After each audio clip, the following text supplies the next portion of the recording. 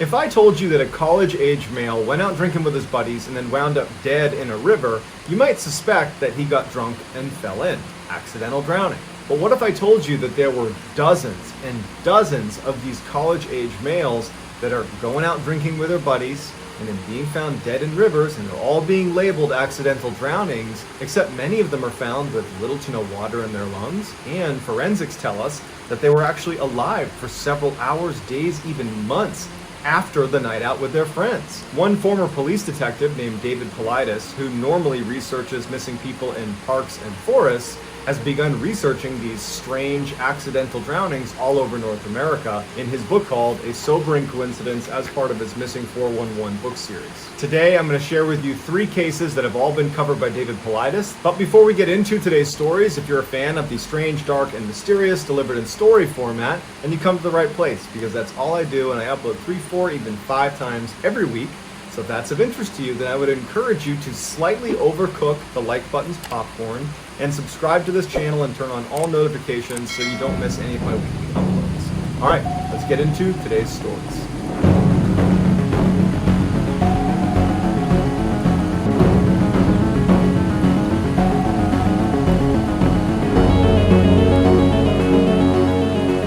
In 2005, Todd Guide was 22 years old. He lived in Michigan. He was an avid outdoorsman. He liked to go deer hunting. He loved to catch trophy fish, and he loved his family. And routinely, after he moved out of the house, he would drive on the weekends the 5 miles north to his parents' house. He would spend lots of time with his parents and his extended family. On June 11th, 2005, Todd was visiting his parents at their house. He was there for dinner, and after dinner, he went back to his house. He checked in with his roommate, who was actually his cousin. And then following that, he drove to a local bar to get a few drinks. At about 9:30 that night, he decides to leave the bar and walk to this big orchard where there was this huge annual keg party that he and his friends would go to. He leaves his car at the bar and he walks to this orchard, and it's perfect weather. All of his friends are there. He's having this great time, and he's there all the way until midnight. It was getting late. Todd felt tired, so he told a couple of his friends that he was going to head home. He was going to leave his car at the bar, and he was just going to walk back to his house. The area that this orchard was in was right near his home, and so he knew this area extremely well, and it was only about a mile south to walk to his house. So all of his friends said bye to him. They said he seemed totally normal. They watched him walk south towards his house, and that was the last anybody saw of him. On his walk home, Todd would make 4 phone calls to friends and to family. And the last one he made was at about 12:45 in the morning, and it was to his friends, and he told them that he was in a field and he couldn't breathe. And they kept asking him, like, what are you talking about? And all they heard was very heavy breathing on the phone. They couldn't tell if it was his or if someone else had taken the phone and was now breathing into it. Then the phone cuts out, and they try calling him back, and there was no answer. They couldn't get in touch with him. The next day, when Todd did not show up at a family get-together, something he never would have missed unless he told them ahead of time, his family knew something was wrong. Plus, they had those strange phone calls the night before. They checked in with his friends. They said, yeah, we haven't heard from him.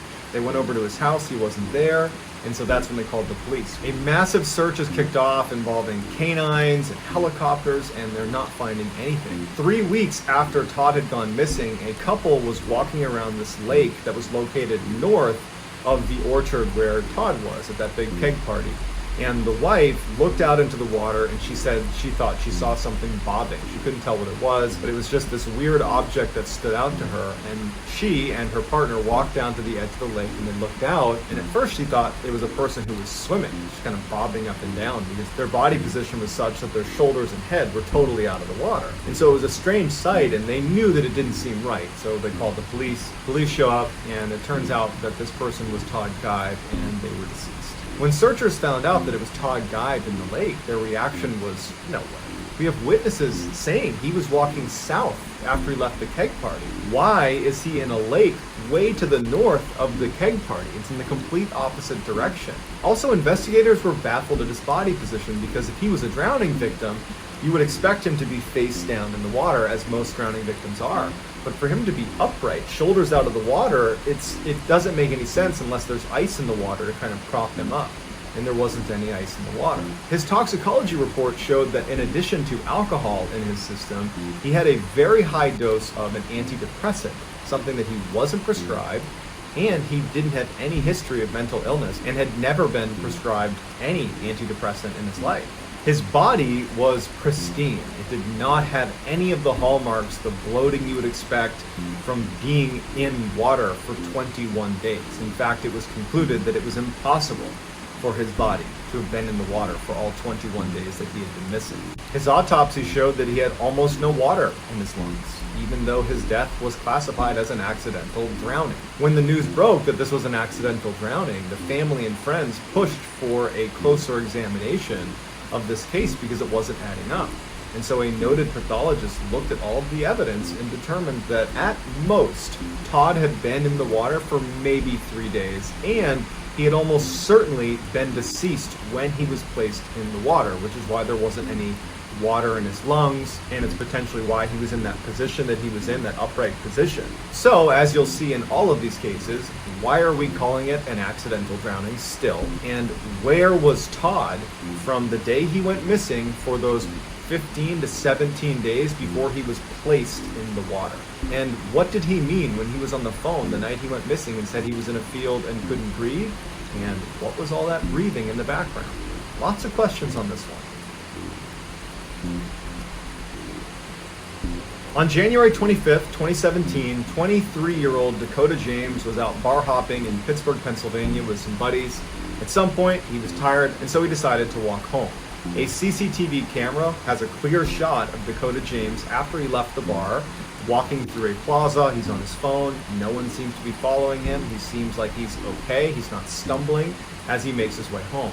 The next day, when he didn't show up for work, that was so out of character for him that his work immediately called the police, notified his parents, and this massive search is launched. But unfortunately, nothing turns up. 40 days after he had gone missing, his body was found in the Ohio River 10 miles away from where he had been missing. And the general theory became, when he was walking home after that CCTV camera picked him up, he must have stopped by the water to relieve himself, fell in. The water was so cold at the time that he would have gone into shock and then basically been doomed, and then he drifted 10 miles to this location. But there's a couple big issues with that. Number one, in order to get from where he went missing to where he wound up, he would have had to go through this dam. And the dam is this very violent section of water where if a body were to go through there, it would get ripped to pieces. But when they found his body, it was clear he had not gone through a dam. In fact, his body was pristine. It looked like he hadn't been in the water for very long at all, despite 40 days elapsing since he had gone missing. When his toxicology report came back, he had alcohol in his system as well as a high level of GHB, which is a very powerful sedative. And like you'll see in many of these cases, he had no water in his lungs, but this was ruled an accidental drowning. The family was unwilling to accept that as a cause of death, so they went out and hired a world-renowned forensic pathologist named Dr. Wecht to come in and analyze all of the evidence, look at the autopsy report, and try to see if there's anything that was missed. And what Dr. Wecht finds is on Dakota's neck, there were ligature marks, as if rope or some sort of twine had been wrapped around his neck, which was later disputed by the other medical examiner who said that was dried blood, but Dr. Wecht swears there was ligature marks on his neck. Dr. Wecht also concluded that there was absolutely no way, based on decomposition levels, that Dakota was in the water for more than a couple of days, and he believed that he was dead or unconscious when he actually went into the water, which is why there was no water in his lungs.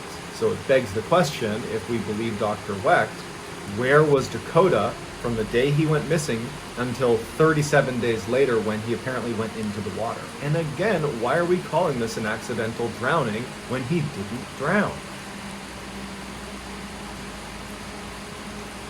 Lucas Holman was an incredible athlete, 6'3", incredible at baseball, football, and basketball, which was his primary love. In fact, he was so good in high school that he was recruited to play at a Division I program, the University of Wisconsin. And in fact, he got a scholarship to play there. So he went to the University of Wisconsin. When he wasn't getting much playing time there, he opted to transfer early on in his career to lacrosse, which was a Division III school, but he figured he could get more playing time that way. It was at this time that he realized, you know what, I'm probably not going to play basketball professionally.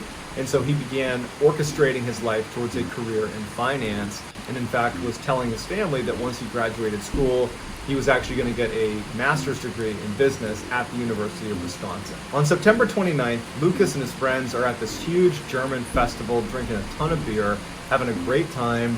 At some point in the night, they transition to some of the bars downtown, and they're all having a great time. It's very crowded. But at some point in the night, Lucas disappears.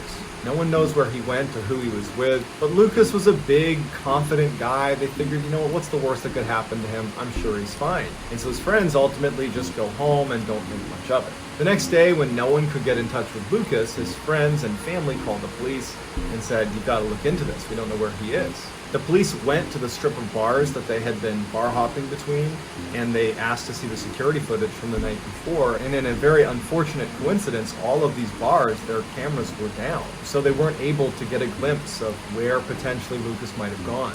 At one point, someone came forward and said that they knew where he was and that they had spent time with him outside of the bar, but it would later turn out that that person was lying, and they were actually charged with submitting false information to the police. On the 2nd of October, divers located Lucas's body. He was in 10 feet of water, about 20 feet from the edge. When they pulled him out, he didn't have any significant scratches or marks on his body to indicate some sort of altercation. It just looked like he had fallen in the water and drowned, and so his death was quickly ruled an accidental drowning. The initial medical report said that Lucas had fallen in the water and had been there for about 24 hours before he was found. But upon closer examination, it was determined that he had only been in there for maybe 8 to 12 hours. So he's only been in the water for a few hours, meaning there had been at least a few days where he was not in the water and was alive. In the toxicology report, it showed that he had a high level of alcohol in his system, as well as, like Dakota James, a high level of this sedative called GHB. Also, it was noted that his belt buckle had been tightened way tighter than he normally wore it, and some people speculated that it looked as if someone else had tried to dress him, maybe after he was deceased or when he was unconscious. And then perhaps the strangest part of the case is the day after Lucas had gone missing, his roommate, who had been in the room the whole time that Lucas and his friends have been out at Oktoberfest and going to the bars, he'd been home the whole time, he goes to bed and wakes up to an alarm. But it's not his alarm, it's Lucas's alarm. It's his phone going off that's underneath Lucas's bed. Lucas definitely had his phone while he was out, but somehow his phone got under his bed, but Lucas was not there and had never been there in the night unless he managed to sneak into the room without waking up his roommate and place his phone under the bed and then leave again. It didn't make any sense. Police would never subpoena the phone's records to find out where it went that night, so we're left wondering how in the heck it got under his bed if he was never in there. And like all the other accidental drowning cases that we're looking at, where was Lucas from the time he went missing on the 29th of September and then wound up in the water at some point on the 2nd of October? He was alive for those few days and he wasn't in the water. So where was he?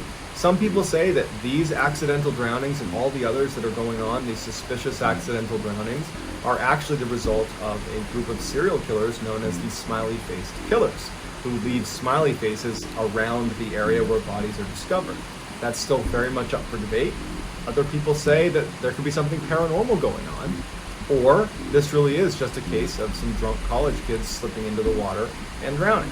But it's up to you to decide what you think is going on. I'd love to hear in the comments what you think, and I'll get back to all the early commenters. So get in there and let me know what you think.